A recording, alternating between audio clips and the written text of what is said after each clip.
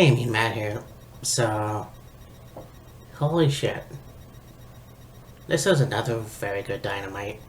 The St. Patrick's Day Dynamite, if you will. And of course, it's St. Patrick's Day. I'm wearing my green shirt, so. Yeah, anyways. This was awesome. And I mean, Dynamite, AEW in general, always fucking delivers. So, I mean. Yeah, there's not enough good things to say about it. I know it has its ups and downs, just like WWE, but still. You had a trios match. You had Hangman Page and Jungle Express, the AEW Tag Team Champions, taking on Adam Cole and Red Dragon. I don't even know what they're going to be called at this point, but this was a good match. You have Jungle Express and Adam Page do a triple moonsault off the top rope, and I'm going, yeah, I can't get any better than that, obviously, but, you know, the two Adams were head to head.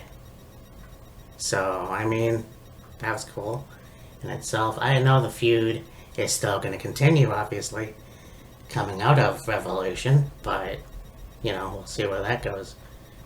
I think Adam Cole will actually win the title eventually, but you never know. Anyways, Adam Cole actually hits the knee on Jack Perry, gets the win for his team. So that's pretty cool. And I mean, we'll see what happens with, you know, not just Adam Cole and Adam Page, but Luchasaurus and Jungle Boy and Red Dragon. You know, I think that's going to be an epic match, and I really want to see Red Dragon take the titles. That would be fucking cool. You had the team of Jon Moxley and Bryan Danielson. I gotta get used to that stuff. I mean, they took on Chuck Taylor and Wheeler Yuta, with, of course, Trent Beretta, Orange Cassidy, and Danhausen in the corner. This was awesome too. I mean, you know, you have Regal, who's doing commentary, and, you know, just basically talking about how good these two are. And it's true. I mean, you have Bryan Danielson, who basically is still one of the best wrestlers. You got Jon Moxley, one of the best brawlers as well. And, yeah, this was awesome.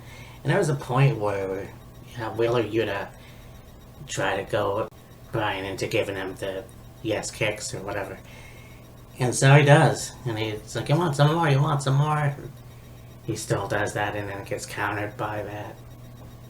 You have actually Wheeler Yuta getting choked out by Moxley's Bulldog choke, which won them the match. And then, of course, Regal came out, and, you know, it was like best friends, and Hausen and Cassidy were leaving, but Wheeler Yuta went back into the ring, and you have Regal reach out for his hand, and then slaps him, which has Yuta and Regal nose to nose. So, I mean, that was interesting, and I think that's what Regal said he wanted. He wanted people to hit him back, I guess. So I'm not sure if this is going to be a thing.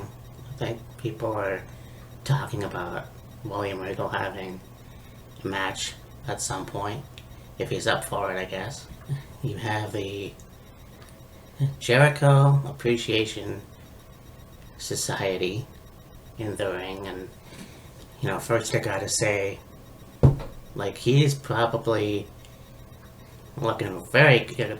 You can't really tell that he's 51, first of all, but obviously he has more hair than I did when I had long hair, but that's beside the point. You know, you have Hagar talking, you have Daniel Garcia talking, you know, then Jericho gets on the mic after Matt Lee, and probably one of the best promos I've ever fucking scene. And this was kind of just jab after jab after jab after jab at WWE, in my opinion. And I mean, you have Chris Jericho saying, no, pro wrestlers don't make as much money. Pro wrestlers are pieces of shit, whatever. And that's why I'm not a pro wrestler. I'm a sports entertainer. But you got Dan on the mic, and he's like, I got a bone to pick with you. I gotta get this off my chest. You call yourself a sports entertainer. Then he looks into the camera and smiles. Well, guess what? I'm a sports entertainer myself. And, you know, you talk about Epic. You got Jericho, who basically says that, you know, 2.0, what a stupid name that a company made up. And, you know, you got these guys coming in and getting fake names. Well, from now on, these guys are going to use their real names. So, basically, yeah, 2.0 uses their real names. And it's also cool because, you know, you talk about the name dropping. You have Chris Jericho say, yeah, my former best friend Kevin called me up and said, we gotta get these two guys on Talk with Jericho. Obviously talking about Kevin Steen or Kevin Owens.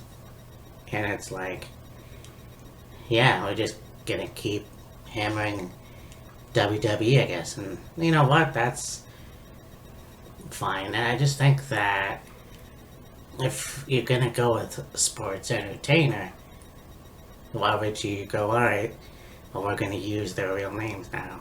And it's almost like, I mean, it's fine for what it is, but to actually bring sports entertainment into the picture, that's kind of interesting, because you look at it, it's like, you know, WWE gets labeled sports entertainment, but when you look at Impact Wrestling or AEW, All Elite Wrestling, or,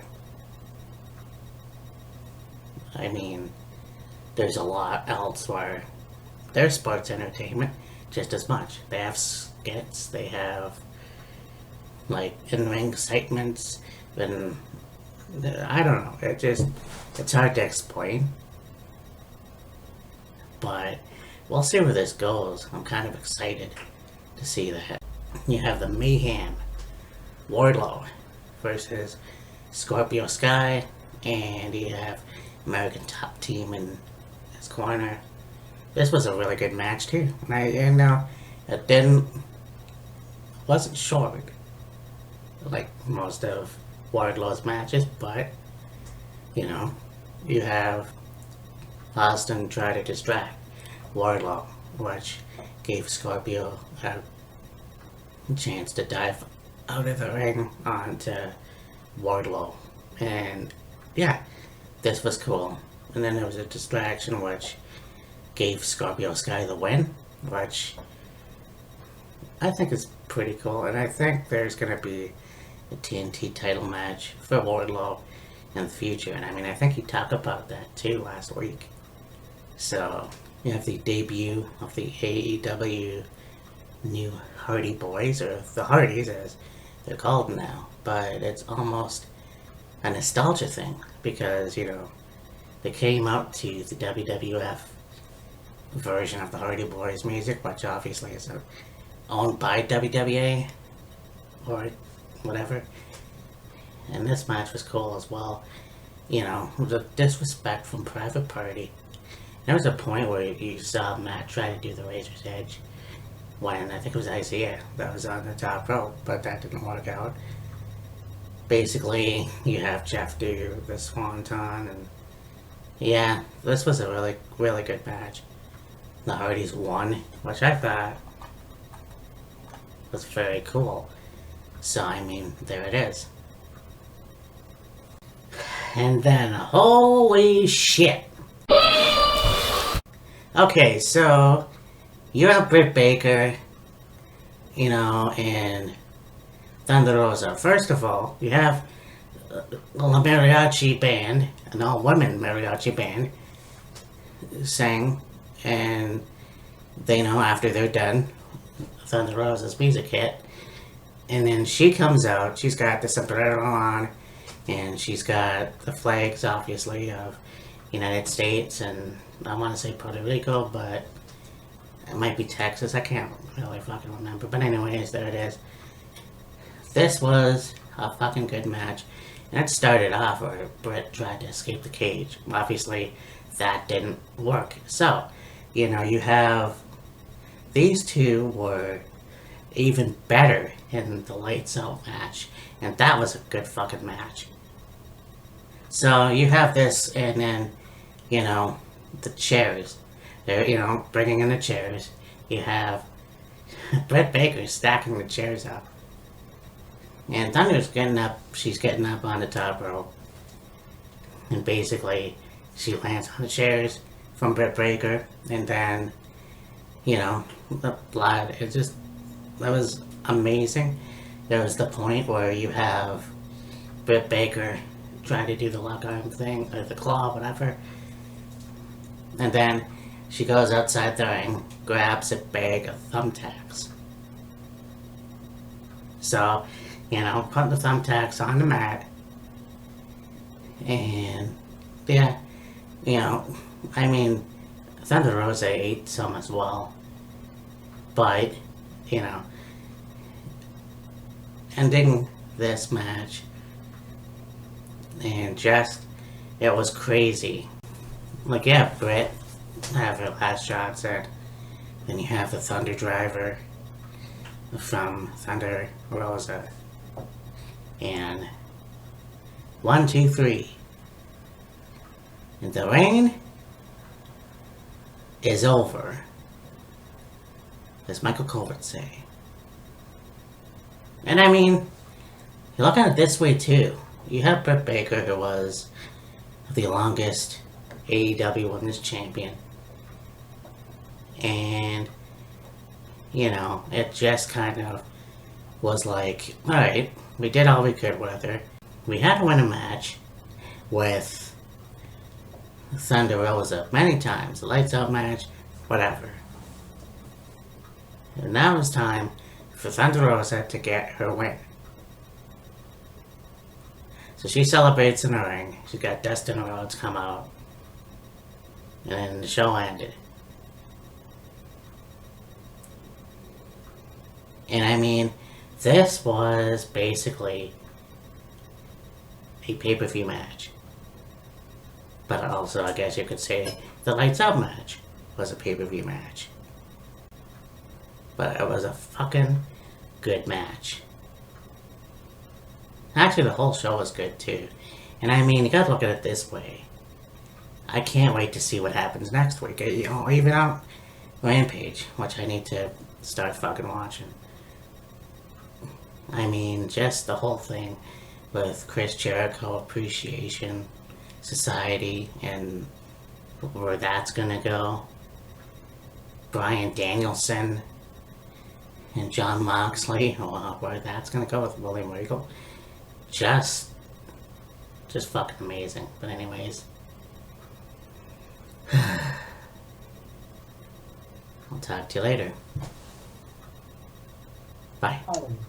So that them cutting WCW was a long time coming. But I think that there's this myth out there that Jamie Keller that's why he took pleasure in cutting WCW. I don't think that's the case at all. Because if you look at some of his earlier interviews, like